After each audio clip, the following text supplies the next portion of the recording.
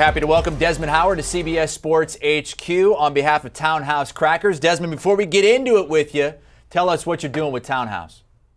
Oh, man, I partnered up with Townhouse. They came up with these Townhouse game day dippers. And the good thing about it, man, is it has the great classic texture and great Townhouse flavor and taste. But they're shaped like footballs, like little footballs. So this can elevate and spice up any tailgating, right? Any tailgate you got going on. This makes each tailgate turn into a touchdown. Now, the thing about it, you want to go out and get them right now. Like, go get them while supplies last.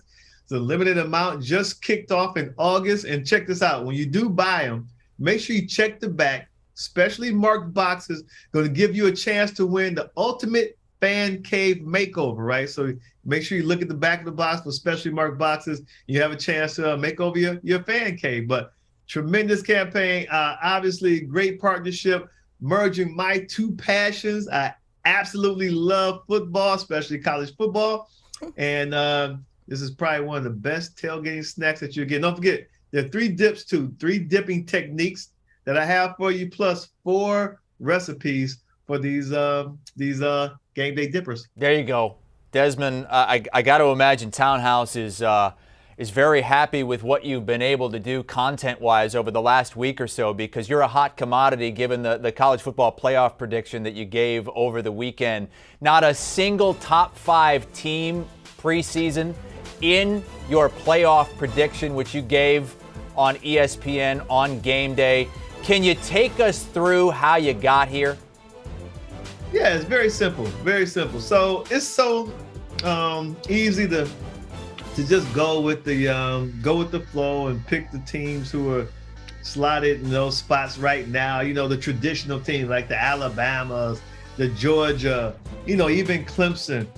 But it takes a little homework, a little research, and a little testicular fortitude to think outside the box every now and then. And that's what I did. Don't forget now, a year ago today, Michigan was picked to finish fourth in their division, not the conference, not the whole Big Ten conference, 4th in their division. And they ended up making it to the college football playoff. Cincinnati, they're a good group of 5 team. People respected Luke Fickell when he was able to do down there in Cincinnati, but no one was picking them nationally to be in the college football playoff, right? I always had Cincinnati on my radar. I picked them actually in 2020. But then the Big Ten opted out and they opted back in. So then we were able to change our picks. But I also always felt strongly about Luke Fickell and the Cincinnati Bearcats. So my point is, at some point, you got to think outside the box. I think the ACC is wide open.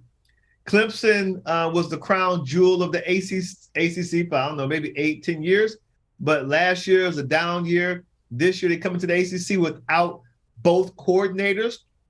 The DC defensive coordinator, Brent Venables, he went on to become the head coach now at Oklahoma. Tony Elliott, the offensive coordinator, he went on to take the head coaching job at UVA. So I think the ACC is wide open. Pitt won it a year ago. They bring in Keaton Slovis, quarterback, used to play at USC. Now he's a quarterback at Pitt. Pat Narduzzi. Narduzzi does a great job of getting his guys ready, especially defensively. I think the ACC is wide open. They can win the ACC. Actually, Thursday night, they play West Virginia. The backyard brawl will be there. And Texas A&M, that's probably the most interesting one for a lot of people. But when you look at the Aggies, don't forget, Nick Saban made headlines this offseason when him and Jimbo Fisher, took the gloves off because Nick Saban said something about Jimbo Fisher's recruiting, his, I guess his recruiting style or technique, whatever the case may be. But he made that comment about his recruiting because Jimbo Fisher has been able to stack really, really good recruiting classes year after year after year. They beat Alabama a year ago. You would think that, hey, at some point, those recruiting classes are going to pay big dividends for the Aggies. So I picked them to, win the national championship.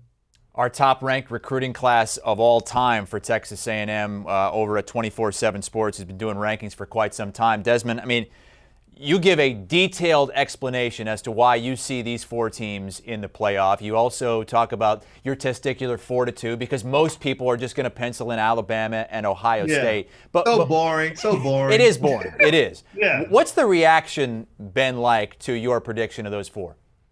Well, I have to really be honest with you. I guess the reaction has been pretty strong, I guess you could say, on social media. But I haven't been on social media. That's the thing. Like, I think I went on. So I did the prediction, and then I went about my day because I had a lot of stuff to do. And then I wanted to watch the Nebraska game, Nebraska versus Northwestern. And so at that point, there's a lot of talk about Scott Frost, the head coach of Nebraska, being on the hot seat last week. I said that there's no coach in college football that needs to win his first game of the 2022 season more than Scott Frost. And, they got in trouble late in the game. So at that point, I went on Twitter and I just went, I sent some messages about the game. But that was it. So I didn't look at like my feed. So I wasn't, it's amazing how if you don't look at social media, then you're really oblivious to all the negativity and the hate or whatever else that people are throwing your way. I don't even know how people responded to me switching albums that day. A lot of people love that. They love when I start to switch my vinyl collection after each commercial.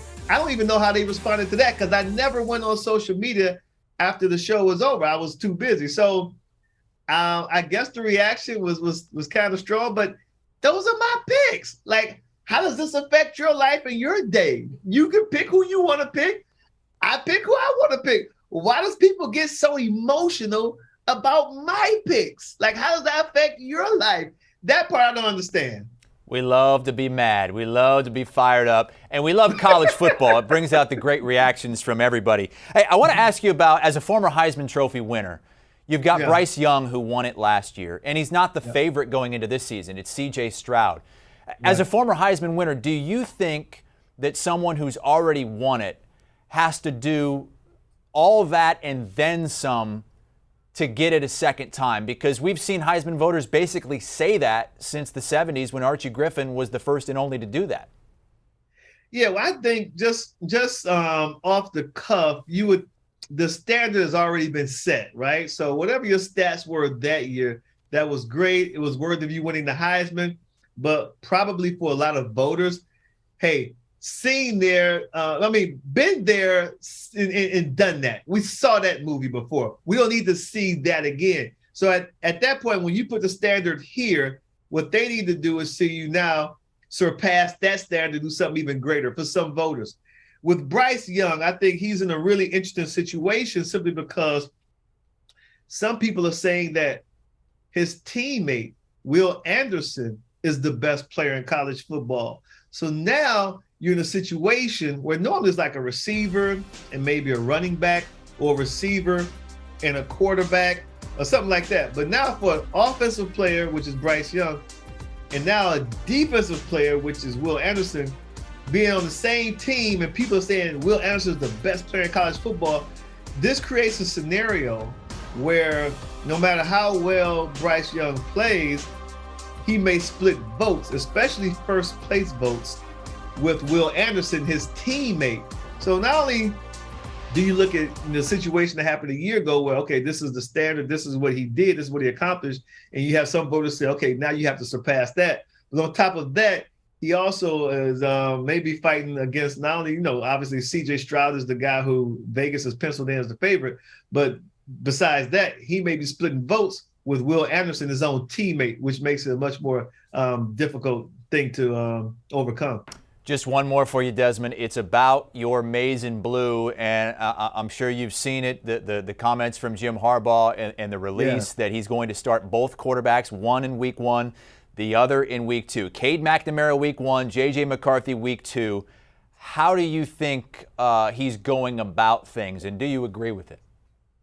Well, unique circumstances call for unique resolutions, and I think that this is the best way that they've come up with as a staff to try to resolve this quarterback battle that they have. It's a legitimate battle. I mean, Cade McNamara, he played in 14 games last year, took Michigan to the college football playoff. And J.J. McCarthy, he participated in 11 games, and we're not talking about mop-up duty. Like, he played in games when games were still hanging in the balance. You know what I mean? Like, he came into games where it's like, okay, this game can go either way. But it just speaks to his talent level, and even more importantly, the amount of confidence that the coaching staff had in him a year ago and continue to have in him based on what they've seen. So with that being said, any player would tell you the absolute best way to judge a player, no matter what position he plays, is in live action.